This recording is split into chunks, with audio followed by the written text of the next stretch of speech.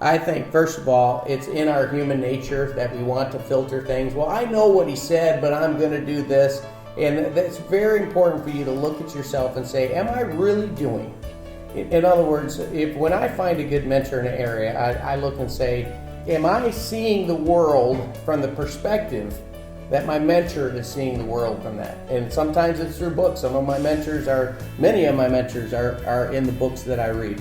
And where I say, you know what, if I was honest with my own performance, am I truly doing everything? If I said I want to make a six-figure income a month in a business, or if I want to do this, am I doing everything it takes? In other words, would I write myself a check for $100,000 a month with the current activity and the current thinking I'm doing? And it's amazing when I bring that to the team. I make a simpler example. I say, listen, last month, look at your performance from last month. Would you write yourself a $2,000 to $3,000 check for your performance last month? And if you wouldn't write yourself a $2,000 to $3,000 a month check for your last month performance, why would you expect your network marketing company to do so?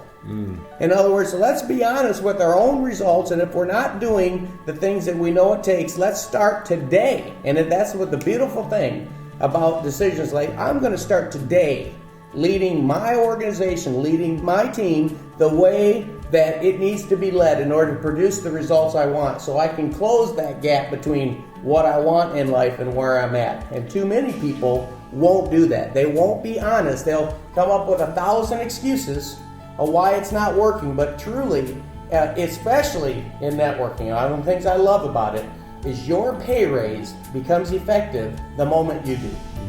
I like what you're saying there, and if I was brand new, just to get this really clear as a message, and I've gotten a mentorship, I've gotten some advices, and I think I'm following them, but how could I be sure that I'm following the advices that I get? When I get back with my mentor, I would be going through the things that I've done, the books that I've read, the things that I'm picking up from all the different steps that he or she recommended to me. I would walk through, I read this book, and here's my main takeaways that I got from that. I went and showed these plans, and here's some of the things that's happened. Here's the results I produced. Is there anything else that you see going on? I'll tell you, if you have a mentor that's produced results, and you do what they tell them, success, when opportunity and preparedness meet, success must happen.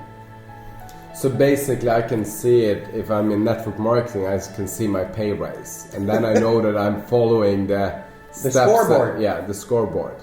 You keep score. It's like, to me, there is, again, network marketing is one of the best economic indicators to tell you whether you're doing a good job and you're producing results, because people can vote with their feet. They don't enjoy the experience that they are getting in your business. They can vote with their feet. They can take themselves off auto ship. They can leave your business. They can stop attending meetings. So if you're measuring numbers, for example, if the numbers are going up, that means as an overall, there's more people voting with their feet saying, yes, I'm enjoying this experience. If your numbers are going down, that's an indicator that people are voting with their feet. They're not enjoying that experience. And that's between you and your leadership team to create that right type of culture to produce those type of results that long-term work.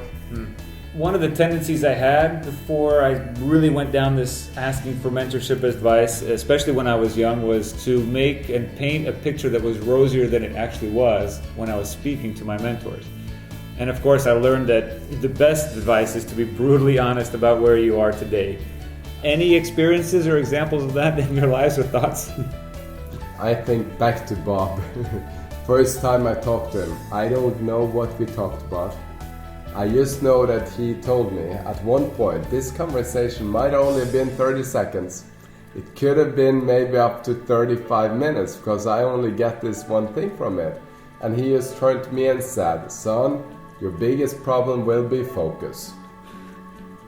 So I guess that's just what we all tend to do in the beginning. We're painting the picture of how well everything is in our life, how well everything is going. But if you start recognizing those simple messages that you get, so if you get what you would say blown off by your mentor like that, that's something to pick up. And that got stuck with me. It got burn marked in me. And from that day on, am I having the right focus? Am I doing this focus? Do I have the focus here? Am I doing too many things? And that became kind of like a mantra into my life, is that I needed to focus, that I could achieve whatever I wanted to achieve. So yes. Okay. You know, I love that statement. In God we trust, all others must have data. Because if you know, it's almost every time you sit down with someone, how's it going? Oh man, we're fired up. We signed up 4 people over here and 8 people over here and 3 people. Man, things are rolling. And then you look at the numbers, you're like, okay, you went from 122 people at the seminar last month to 94 this month. I can't be fired up all over. Yeah. In other words, and I'm not doing that to beat them up, but it's real easy, you know,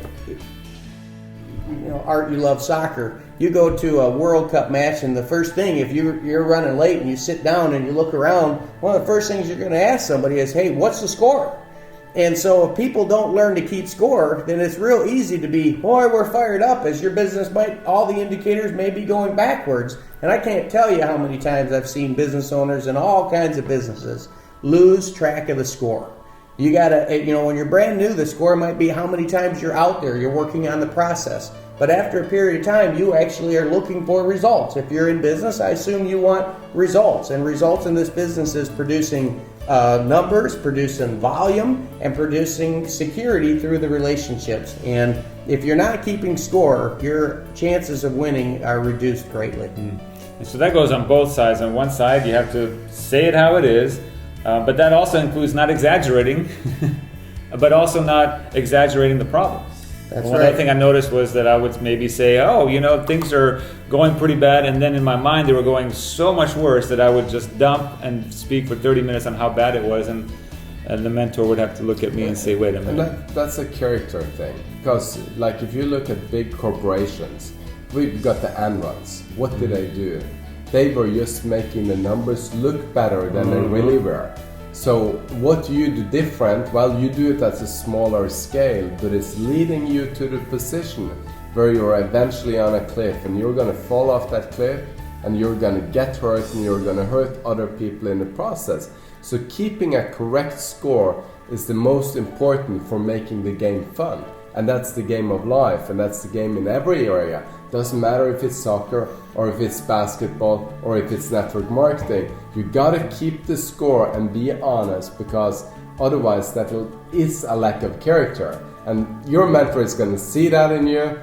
And if you have that problem, sit down with them and ask them, how can I develop the character so I can give the correct numbers? Because that's step number 1. And that applies to relationships and your health and your fitness and all over. I was teaching some of the leaders here the other day, and I told them, winners think like winners, even when they're losing.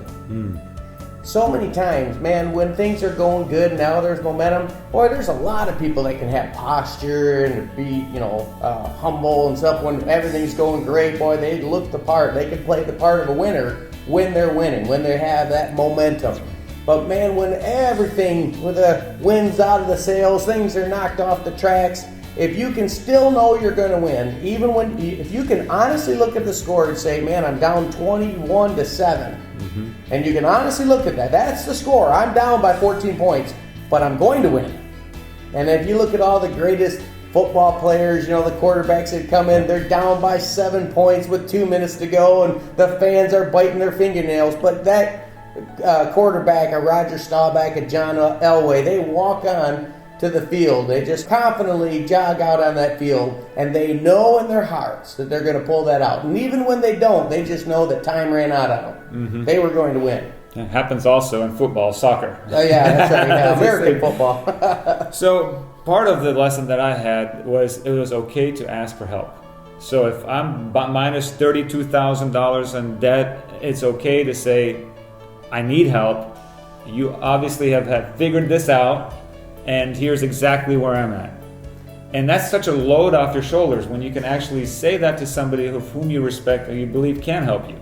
I think so many times we're so afraid of looking bad in front of our mentor that we just choose to do bad instead. And I would much rather reveal a weakness to my mentor so that I can work on improving that weakness and even turning it into a strength. If I was poor at finances, Well, not talking to your mentor about your finances doesn't improve your finances. And even though you think, well, he won't think bad of me, well, you're just doing bad.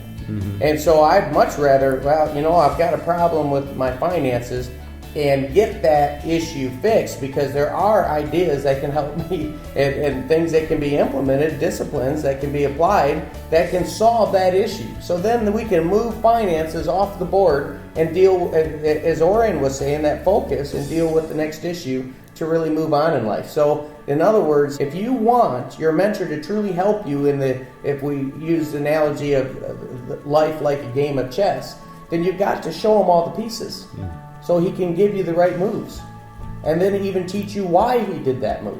Right. So Orion mentioned, you know, if you follow the advice of your mentor and you don't see the results, then you have to start asking yourself, do I have the right mentor? Or what I heard also on that is, am I not revealing all my pieces, right? There you go. Because if the mentor can't give you advice based on not seeing all the pieces, then maybe the light has to reflect back upon you.